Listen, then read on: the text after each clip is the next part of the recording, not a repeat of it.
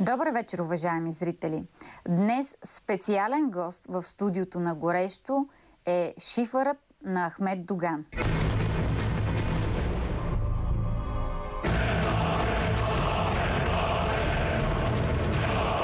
Аз бях нещо повече от брат и правих всичко възможно да му бъда първо приятел.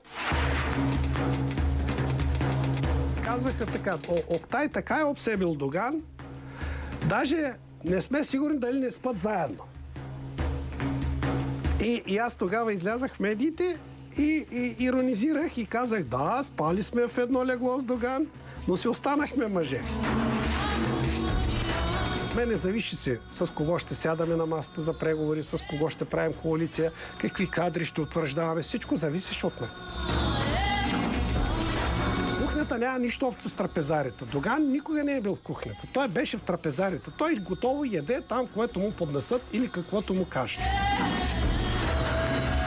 Отидах при него и му казах, трябва да измислим грандиозен политически акт, мероприятие, който да засенчи абсолютно и като се появиш, журналистите да не те питат за розовите гащи, да те питат за големия политически проект. Давай, вика, давай, измисли нещо. Много ти благодаря още веднъж, че прие тази наша покана. Благодаря и аз за поканата и удоволствието с една прекрасна дама да си говорим за сериозни неща. За сериозни неща, да. Той е човек, който днес аз продължавам да го съжалявам. Независимо, че е с бели коси като мен. Човек, който никога не е живял личен живот. Затова той няма абсолютно никакъв личен живот, лично самоуправление и затова той не може да се оправя нито с семейства, ни с жени, ни на пазар, никъде. Затова го няма никакъв. Той обича да прави извънбрачни деца, за да компенсира миналото си. И след това от време на време да се прави на благородник, че ги препознава. Казах при самото си представяне шифъра на Ахмед Доган. Определено Ахмед Доган е най-тайнственият и контролиран политик на прехода. Той е политик в кувиоз, който е най-обслужван. С цялото съдържание на това обслужване, от медии до битови неща. И за да обслужва добре, той пък тези, които искат да консумират неговата власт. Много неща има, които в момента от близките месеци трябва да коментираме. И комисионната от 1,5 милиона, и сараите, и убийството или самоубийството на Ахмед Емин, и интервюто на Ахмед Доган за това, че ще си купи летящи чини. Много са актуалните неща в момента, но според мен, за да разберем по-добре кой е Ахмед Доган и откъде са провокирани всички тези негови действия, нека да се върнем много години назад. Знаеш ли къде е роден, в какво семейство? Говори се под сурдинка, че е бил осиновен, че е незаконно дете, че е припознат от втория си баща. Каква е всъщност истината? Аз съм вземал отношение в медиите в това отношение, не като личностно отношение. Просто като характеристика към човек, който има претенции, че разпределя порциите и човек, който управлява управляващите. Аз съм инструмента на властта, който разпределя порциите на финансирането така. Това не е точната формулировка, независимо, че това е неговото самочувствие. Години наред втълпено му. Властта е моите ръце. Това искам да говоря.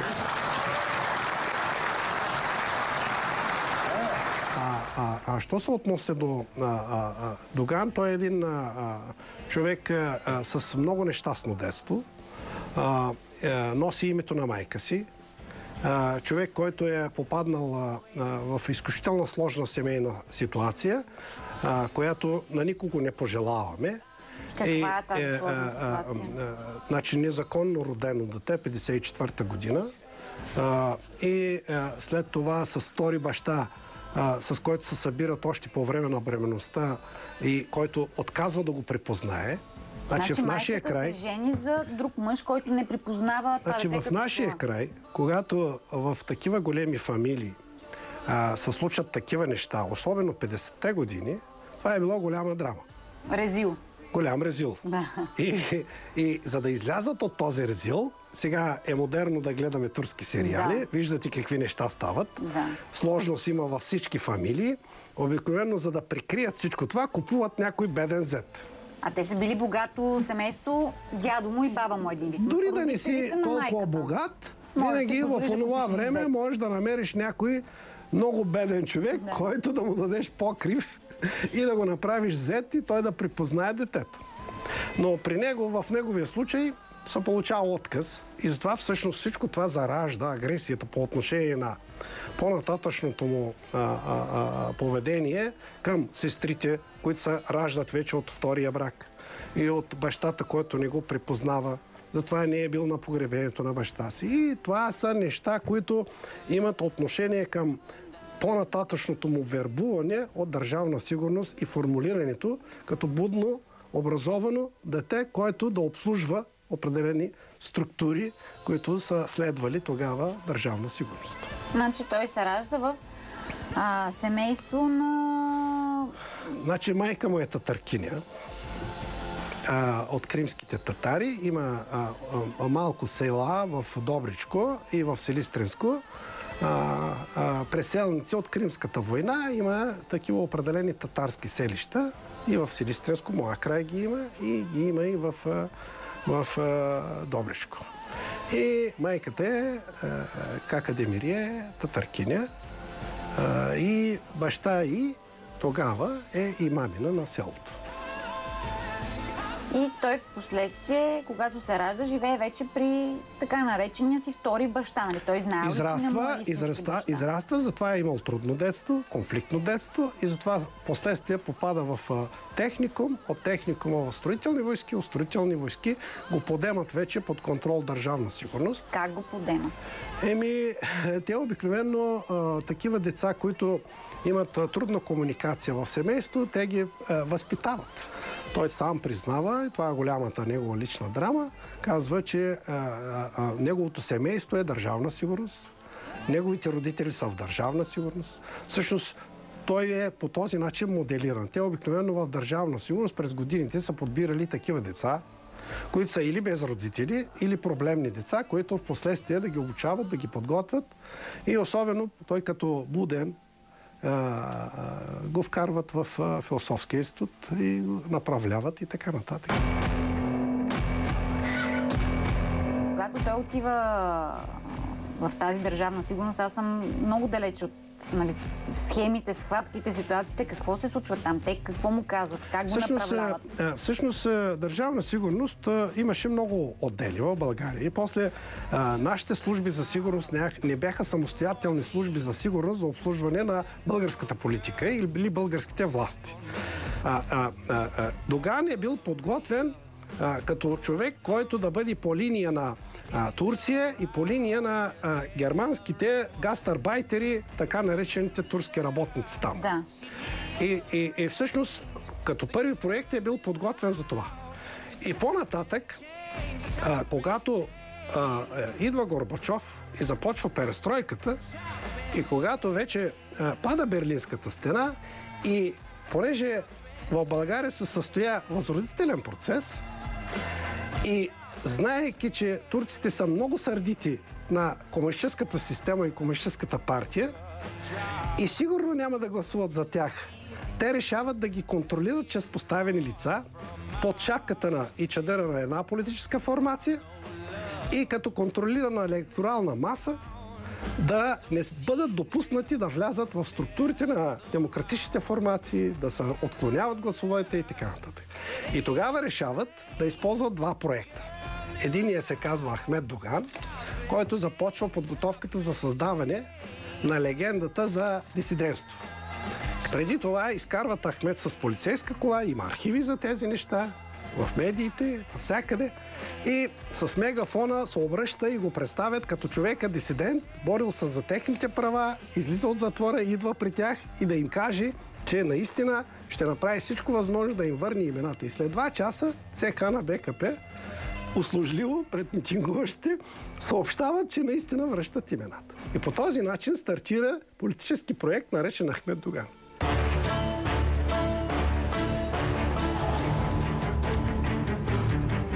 На 4 януари във Варна, в квартира на един от Държавна сигурност, се събират 23 човека, ние знаем имената на всички, и стартира проекта, наречен Движение за права и свободи на мюсюлманите в България.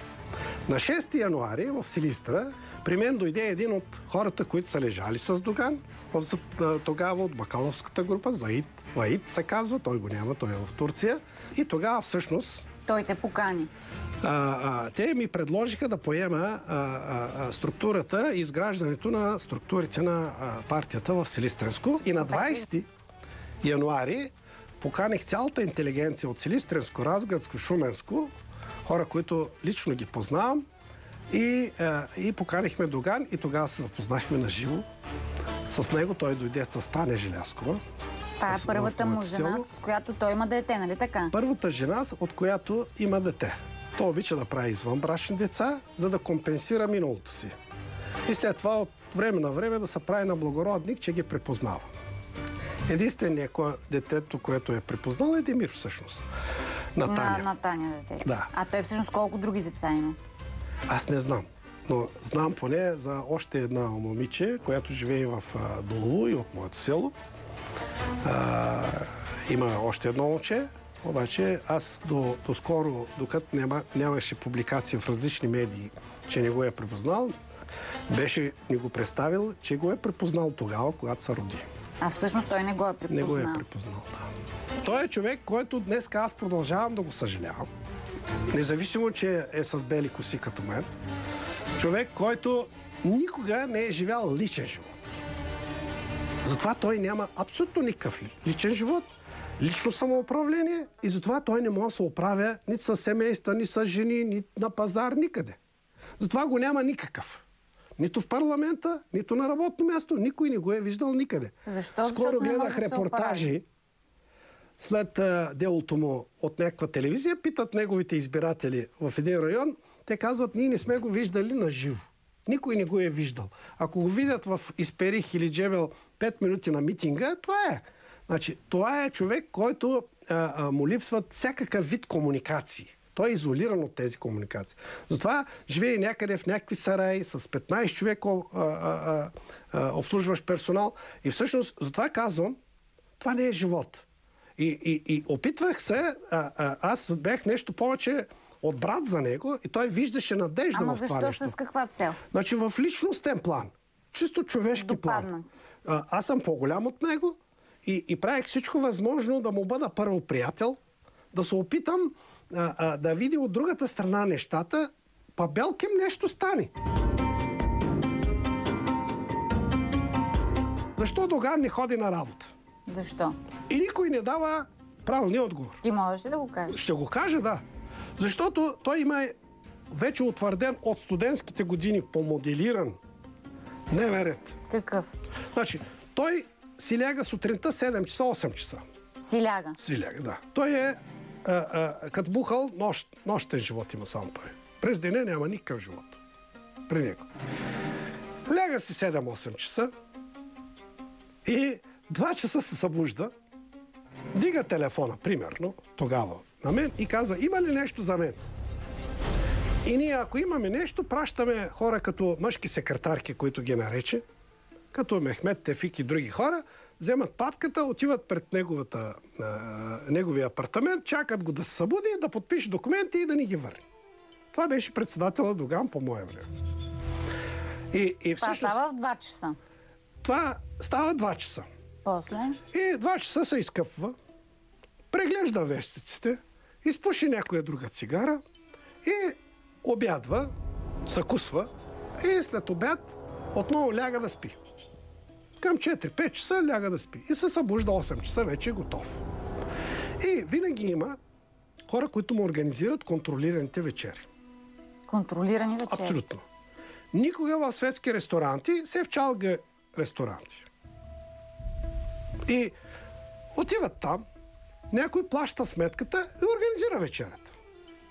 Охраните, службите, НСО, всичко. Има си начини, механизми за тая работа.